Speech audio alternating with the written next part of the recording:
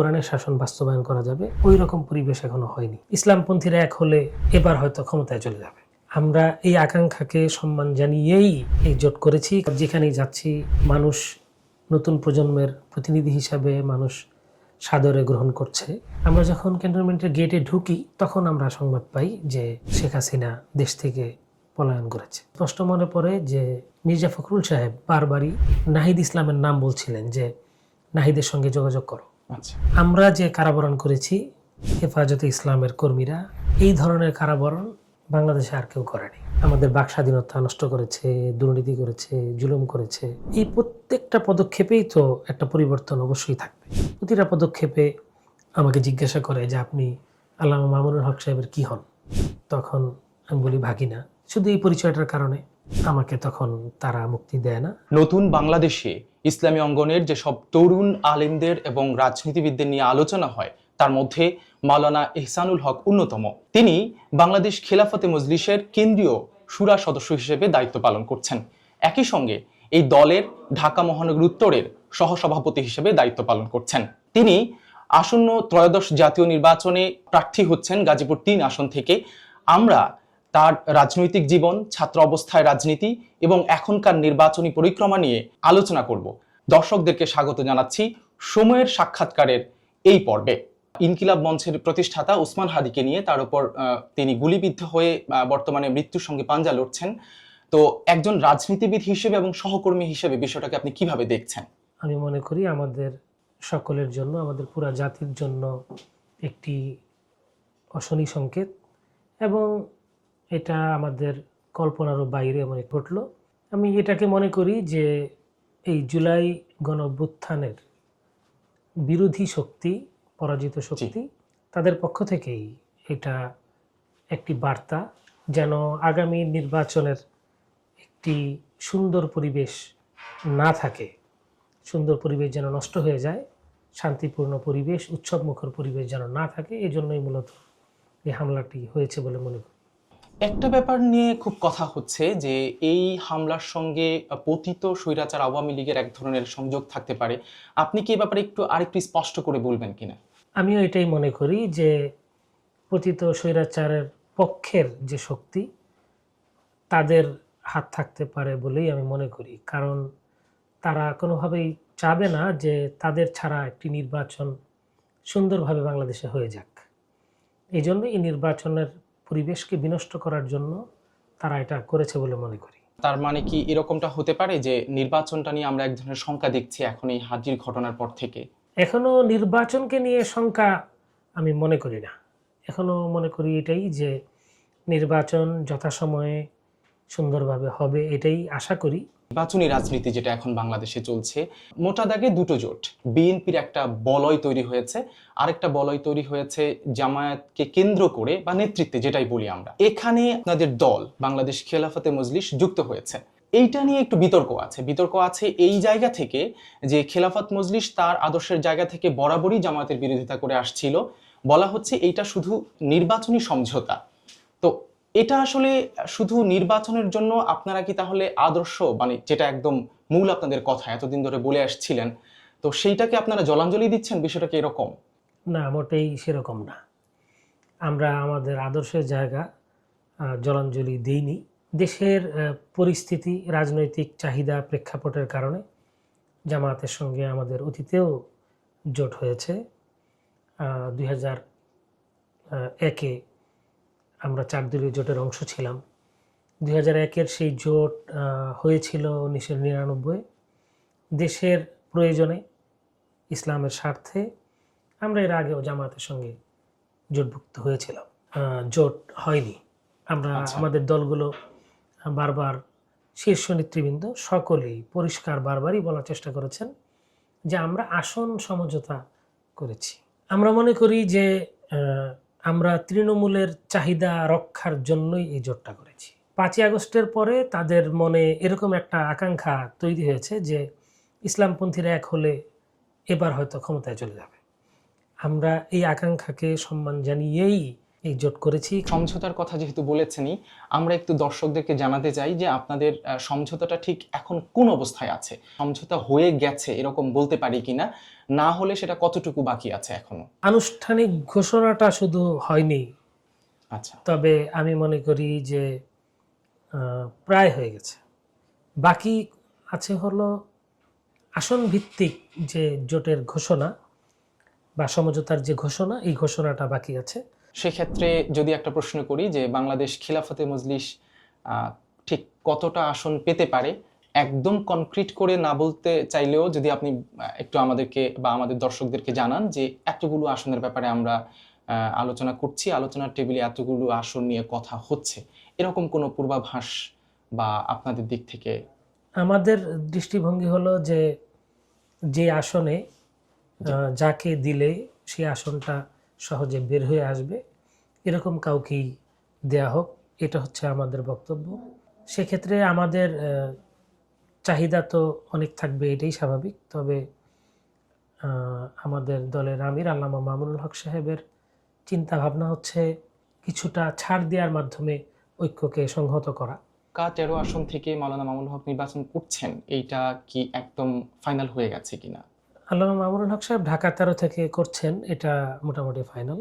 এমন কোনো মিরাকল কি ঘটতে পারে যে এখনো এরকম কোনো সম্ভাবনা কি টিকে আছে যে আপনারা আসলে এই 8 দল থেকে বেরিয়ে হয়তো বিএনপির সঙ্গে, যেটা এখন থেকে মাসখানেক আগেও খুব বড় করেই আলোচনায় ছিল, সেইটা হতে পারে আবার, এরকম কোনো সম্ভাবনা কি এখনো টিকে আছে?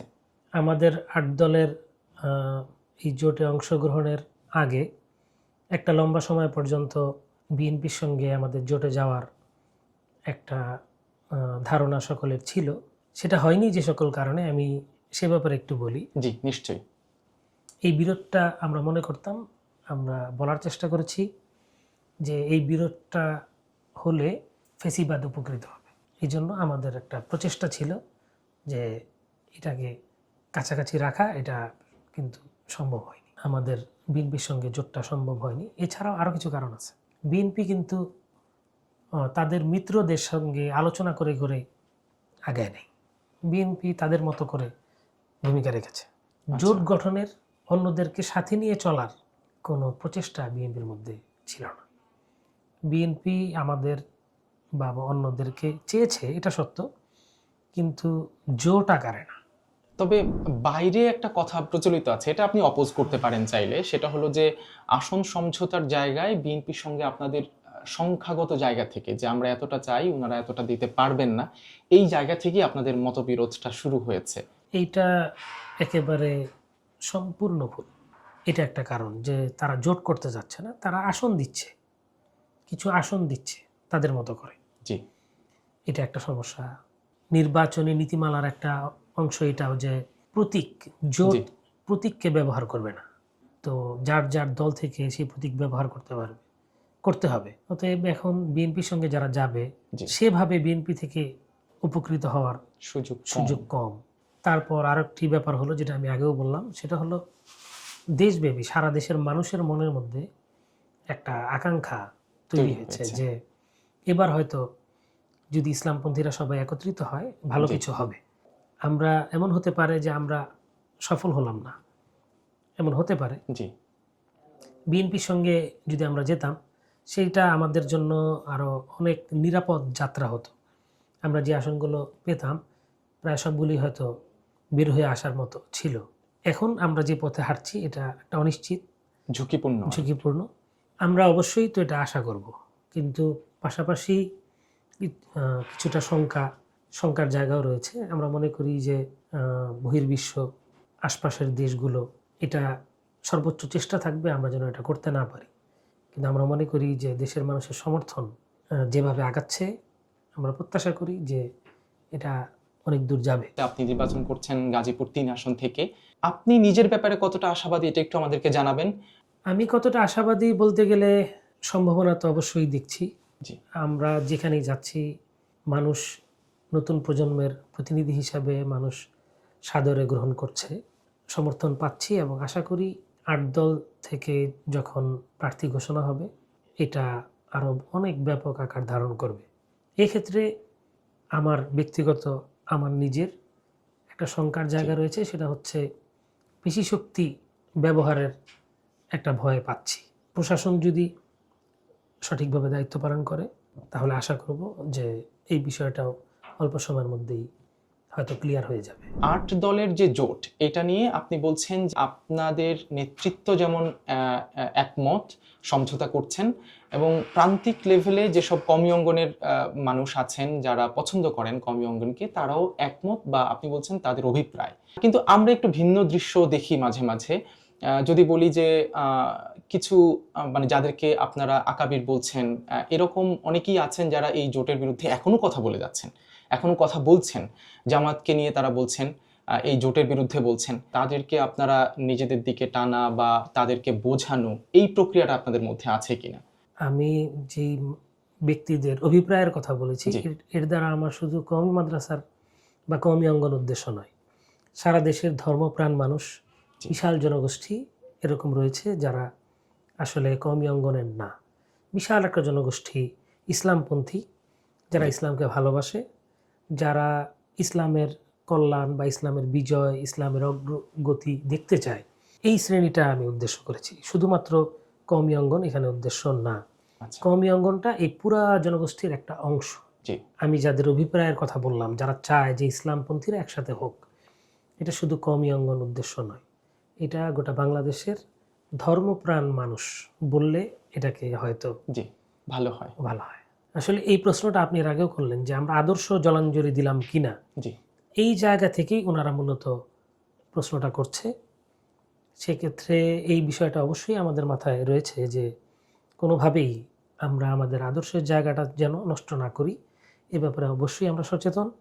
ওনাদেরকেও আমরা আমাদের কারণগুলো, ব্যাখ্যাগুলো আমরা বোঝানোর চেষ্টা করছি। ইসলামপন্থী দলগুলো যখনই ক্ষমতায় আসার বা কাছাকাছি আসার প্রশ্নটা ওঠে, আলোচনাটা সামনে আসে, তখন আপনি বলছেন যে বহির্বিশ্ব বা অনেকেই এটা নিয়ে প্রশ্ন তুলতে চায় যে তাহলে কি বাংলাদেশ ইসলামপন্থীদের হাতে চলে যাচ্ছে, এখানে কি শরিয়া আইন কায়েম হবে কিনা, বা গণতন্ত্র থাকবে কিনা, এই প্রশ্নগুলো আসে। তারা একটা আশঙ্কার জায়গা থেকে কথাগুলো বলেন। আপনারাও একাধিকবার বিভিন্ন সমাবেশে মাওলানা মামুনুল হক বা জামায়াতের আমির যারাই আছেন জোটে, তারা বলছেন যে কোরআনের শাসন কায়েম হবে। কিন্তু বাংলাদেশের এই পার্সপেক্টিভে এইটা কতটা বাস্তবসম্মত? এই বক্তব্যটার বিষয়ে আমাদের কথা হচ্ছে যে দেশের মানুষ, দেশের মানুষের আগ্রহ, দেশের জি। মানুষের মানসিকতার পরিবর্তন এর উপর নির্ভরশীল। দেশের মানুষ যখন ব্যাপকভাবে চাবে যে ইসলামের শাসন প্রতিষ্ঠিত হোক, সেই সময় এটা বাস্তবায়ন হবে। এখন এই পরিস্থিতিতে আমরা মনে করি না যে এই মুহূর্তেই দেশে এইরকম পরিবেশ রয়েছে যে কোরআনের শাসন বাস্তবায়ন করা যাবে, ওই রকম পরিবেশ এখনো হয়নি। ধরা যাক আপনারা ক্ষমতায় এসেছেন, তাহলে কোরআনের শাসন কায়েম, এখন সেই পরিবেশটা নেই বলছেন। তাহলে সেটা কিরকম হবে? অন্য প্রচলিত রাজনীতিবিদরা ক্ষমতায় আসলে যা করে, আপনারা ক্ষমতায় আসলে ঠিক অন্যটা কি হবে বা ব্যতিক্রমটা কি হবে? অন্যরা যে সকল রাজনীতিবিদরা, যে সকল দল জি। এ পর্যন্ত দেশ শাসন করেছে, তারা যে গণতন্ত্রের কথা বলেছে, জি। আমাদেরকে সেই গণতন্ত্র কি তারা দিতে পেরেছে? তারা কিন্তু সেই গণতন্ত্র দিতে পারেনি। তারা প্রতিটা পদে পদে আমাদের সঙ্গে প্রতারণা করেছে, আমাদের বাক স্বাধীনতা নষ্ট করেছে, দুর্নীতি করেছে, জুলুম করেছে। এই প্রত্যেকটা পদক্ষেপেই তো একটা পরিবর্তন অবশ্যই থাকবে। প্রতিটা পদক্ষেপে দেশের মানুষের নিরাপত্তা, শান্তি, বাক স্বাধীনতা, উন্নতি, অগ্রগতি, প্রতিটা পদক্ষেপেই পরিবর্তন থাকবে। পরিবর্তন বলতে আপনি কি বোঝাচ্ছেন? শুধুমাত্র কোরআনের সিদ্ধান্তগুলো হদ কেসাস বা জি। কোরআনের ওই জটিল সিদ্ধান্তগুলো অতটুকুই পরিবর্তন? শুধু তো সেটাই না। পরিবর্তন প্রতিটা কাজে, প্রতিটা পদক্ষেপে সুশাসন, অবশ্যই কল্যাণ থাকবে। রাষ্ট্র। যখন ফ্যাসিস্ট হাসিনা চলে যায় দেশ থেকে, আমরা যতদূর জানি যে অন্যান্য রাজনীতিবিদদের সঙ্গে আপনিও ক্যান্টনমেন্টে ছিলেন। মানে ওই দিন দুপুরবেলা সেনাপ্রধান ভাষণ দেওয়ার আগে আমাদেরকে কি ছোট্ট করে ওই অংশটার একটু কিছু বলা যায় যে আপনারা আসলে ক্যান্টনমেন্টে তখন আসলে কি কথা হয়েছিল সেনাপ্রধানের সঙ্গে? আসলে 5ই আগস্ট সকাল থেকেই আমাদের অবস্থান ছিল মোহাম্মদপুর বছিলা এলাকাটায়। মোহাম্মদপুর গণভবন থেকে বেশ নিকটে, এই জন্য মোহাম্মদপুর এলাকায় প্রশাসনের অবস্থান খুব জোরালো এবং শক্তিশালী ছিল। আন্দোলনের পুরো সময়টা আমরা ওই এলাকাতেই ছিলাম। 5ই আগস্ট জোহরের সময় জি। আল্লামা মামুনুল হক সাহেব আমাকে একটি মেসেজ করেন। অল্প সময়ের জন্য যখন নেট ওপেন হয় তখন আমি সেটা দেখতে পাই। ক্যান্টনমেন্ট থেকে ওনাকে ডাকা হয়েছে, উনি বললেন যে তুমি যেখানেই আসো বাসায় আসো। পরে আমি ওনার কাদেরাবাদের বাসায় যাই এবং আমরা একসঙ্গে ক্যান্টনমেন্টের উদ্দেশ্যে রওনা হই। তখনও গন্ডগোল চলছে। মানে তখনও খবরটা আসেনি? না, তখনও খবর আসেনি, গন্ডগোল চলছে। কিন্তু সেনাপ্রধানের এই ডাক থেকেই আমরা একটা কিছুটা পজিটিভ বার্তা হিসেবে আঁচ করা নিয়েছিলাম। গিয়েছিল। এবং আমরা মরে মরে যাচ্ছি, সেখানে সেনাবাহিনীর গাড়ি আমাদের আটকাচ্ছে। সেখানে যখন এটা বলা হচ্ছে যে ক্যান্টনমেন্ট থেকে আমাদের ডাকা হয়েছে, তখন তারা আমাদের যাওয়ার ব্যবস্থা করে দিচ্ছিল। আমরা যখন ক্যান্টনমেন্টের গেটে ঢুকি, তখন আমরা সংবাদ পাই যে শেখ হাসিনা দেশ থেকে পলায়ন করেছে। সেনাপ্রধানের অফিসে যাই। অফিসে যাওয়ার পরে আল্লামা মামুনুল হক সাহেব মিটিংয়ে প্রবেশ করেন। আমরা পাশের রুমে অবস্থান করি। অল্প কিছুক্ষণ তাদের মধ্যে আলোচনা হয়। আলোচনা শেষ করে তারা সবাই এই পাশের রুমে চলে আসে। তাদের মধ্যে মির্জা ফখরুল সাহেব, জামায়াতের আমির ডক্টর শফিকুর রহমান সাহেব, মির্জা আব্বাস, আসিফ নজরুল, জুনায়েদ সাকি, আল্লামা মামুনুল হক এবং ইসলামী আন্দোলনের মৌলানা ফয়জুল করিম সাহেব, ইনারা ছিলেন। সেনাপ্রধানের সঙ্গে আলোচনা করে তারা এই পাশের রুমে এসে তারাও আবার এখানে নিজেদের মধ্যে আলাপ আলোচনা করছিলেন। ছাত্র নেতৃবৃন্দের সঙ্গে যোগাযোগের একটা চেষ্টা আসিফ নজরুল এবং জুনায়েদ সাকি এই দুজন করছিলেন। এবং আমার স্পষ্ট মনে পড়ে যে মির্জা ফখরুল সাহেব বারবারই নাহিদ ইসলামের নাম বলছিলেন যে নাহিদের সঙ্গে যোগাযোগ করো। আচ্ছা। এভাবে কিছুক্ষণ চললো। এর মধ্যে সেনাপ্রধান ভাষণ দিলেন। আমরা সবাই এক রুমে বসেই সেই ভাষণ শুনলাম। ভাষণ শেষ হওয়ার সাথে সাথেই সেনাপ্রধান নিজে এই রুমে আসলেন। এই রুমে এসে সবাইকে অনুরোধ করলেন যে আমি এখন বঙ্গভবনে প্রেসিডেন্টের কাছে যাব, আপনারা সবাই আমার সাথে চলেন। তখন মির্জা ফখরুল সাহেব সহ অন্যরা দ্বিমত করলেন। অন্যরা বললেন যে না, আমরা যাব না। তখন সেনাপ্রধান খুব স্পষ্টভাবেই বললেন যে দেখেন, আপনারা আমাকে এভাবে ছেড়ে দিয়েন না, একা ছেড়ে দিয়েন।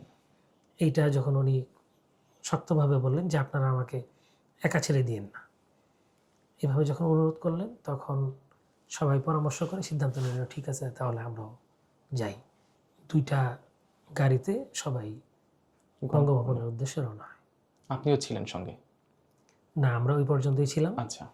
তখন সারা দেশে বিজয় উৎসব চলছে। আমরা মনে করলাম যে সেই বিজয় উৎসবে শরীক হওয়া দরকার। আপনারা সংবাদটা ঠিক কখন জানলেন? মানে সেনাপ্রধান ভাষণ দেওয়ার পর নাকি আগেই? না, সেনাপ্রধান ভাষণ দেওয়ার আগেই।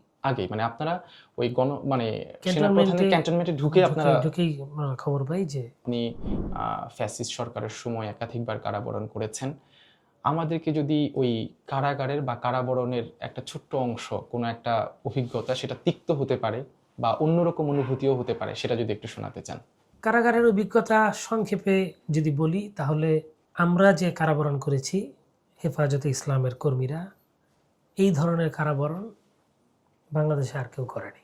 অন্য অন্য দল, জামায়াত ইসলামের নেতৃবৃন্দ হয়তো করেছে, সেটা আমাদের সেভাবে দেখার সুযোগ হয়নি। আমরা ছিলাম হচ্ছে জেলের ভিতরে আরেক জেলে। সরকার এমন একটা পলিসি তৈরি করেছিল যে আমরা কারাগারে অন্য অন্য বন্দীরা যে সকল সুযোগ সুবিধা পেয়ে থাকে, এর কোনোটাই আমরা পেতাম না। এটা ছিল আমাদের জন্য সবচেয়ে কষ্টের। কারাবরণ একটা কষ্ট, আমাদের জন্য তারা কষ্টটা দ্বিগুণ করে ব্যবস্থা করেছিল। যেমন কারাগারের এরিয়ার ভিতরে সেখানকার বন্দীরা একটু হাঁটা চলার সুযোগ পায়, দিনের একটা অংশ তারা বের হতে পারে, একটু করিডোরে, বারান্দায়, একটু মাঠের মতো জায়গায় হাঁটতে পারে। আমাদের জন্য সেই সুযোগটা ছিল না। কারাগারে ফোনের ব্যবস্থা আছে, সরকার নিয়মের মধ্যে থেকেই অন্যান্য সকল বন্দীরা তাদের পরিবারের সঙ্গে একটু যোগাযোগ করতে পারে, সেই সুযোগটা আমাদের জন্য ছিল না। তৃতীয়ত, অন্যান্য বন্দীরা তার পরিবারের সঙ্গে দেখা করার সুযোগ পায় নিয়মের মধ্যে থেকে, আমাদের জন্য তারা এই সুযোগটা দেয়নি। এভাবে তারা কারাগারের ভিতরে আমাদেরকে একটা বাড়তি কষ্ট দেওয়ার একটা আয়োজন তারা করে রেখেছিল। এবং আমার জন্য সবচেয়ে কষ্টের জায়গা যেটা ছিল, সেটা হলো আমি যখন গ্রেফতার হই, তখন আমার নামে মামলা ছিল মাত্র 2টি। মানে একটি মামলাও ছিল না। আমাকে অ্যারেস্ট করার পরে অন্য একটা মামলায় আমাকে গ্রেফতার দেখানো হয়। একটি মামলা নিয়ে আমি ভিতরে যাই, আরও একটি মামলা দেয়া হয়। এই 2টি মামলায় আমি 2 মাসের মাথায় আমি জামিন পেয়েছিলাম। মুক্তির সকল দরজা পেরিয়ে আমি যখন একদম মুক্তির দ্বার প্রান্তে, একটি সাইন হবে আমি আর বের হব, এই জায়গায় আসার পর তারা জানতে পারে, আমার পরিচয় জানতে পারে। তাদের কাছে একটা ফোন আসে। আচ্ছা, ফোন আসার পরে আমাকে জিজ্ঞাসা করে যে আপনি আল্লামা মামুনুল হক সাহেবের কী হন? তখন আমি বলি ভাগিনা। শুধু এই পরিচয়টার কারণে আমাকে তখন তারা মুক্তি দেয় না, এবং ওই দিনই 24 ঘন্টার মধ্যে আমার নামে নতুন আরও 4টি মামলা দেয়া হয়। আচ্ছা, সেই 4টি মামলা যখন আমার জামিন হয়, জামিন হওয়ার পর ওরা আরও 3টি মামলা দেয় আমার মামলারগুলো জামিনের জন্য। একদিকে উনি জামিনের ব্যবস্থা করেন, আরেকদিকে মামলা দেওয়া হয়। মামলা দেওয়া হয়। সর্বশেষ যখন 9ম মামলায় আমি আবারও সকল প্রস্তুতি সম্পন্ন করে আমি গেটে আসি, আমার সঙ্গে বারবার এ ধরনের ঘটনা ঘটার কারণে ওই জেল অফিস, কারা অফিসের সবাই আমাকে নিয়ে অনেকটা মর্মাহত ছিল। তাদের বক্তব্য ছিল যে এবার আপনি বের হতে পারবেন। কিন্তু এই 9ম মামলার পরেও আবারও আমাকে আরেকটি মামলা দেয়া হয় ওই একই পরিচয়ের কারণে। আমার অপরাধ ছিল একটাই, তখন ডেপুটি জেলার আমাকে বলছিল যে আপনি এহসানুল হক পিতা নুরুল হক, এই পরিচয় আপনার আর নাই। আপনার পরিচয় একটাই যে আপনি আল্লামা মামুনুল হকের ভাগিনা। এই পরিচয়ের কারণে আপনার মুক্তির এত জটিল। এই ব্যাপারটা আমার কাছে অনেক বেশি কষ্টের ছিল, যেভাবে বারবার মুক্তির দ্বার প্রান্তে এসে আবারও কারাগারে ফেরত যাওয়া, এটা অনেক বেশি কষ্টদায়ক ছিল। মাওলানা এহসানুল হক, আপনাকে অসংখ্য ধন্যবাদ আমাদেরকে সময় দেওয়ার জন্য। হয়তো অন্য কোনো পর্বে বা অন্য কোনো সময় আমরা আবার কথা বলবো। সে পর্যন্ত ভালো থাকবেন, আপনার জন্য শুভকামনা। আপনাকেও ধন্যবাদ। আপনার মাধ্যমে দর্শক এ পর্যন্ত যারা দেখলেন সবাইকে অনেক অনেক ধন্যবাদ।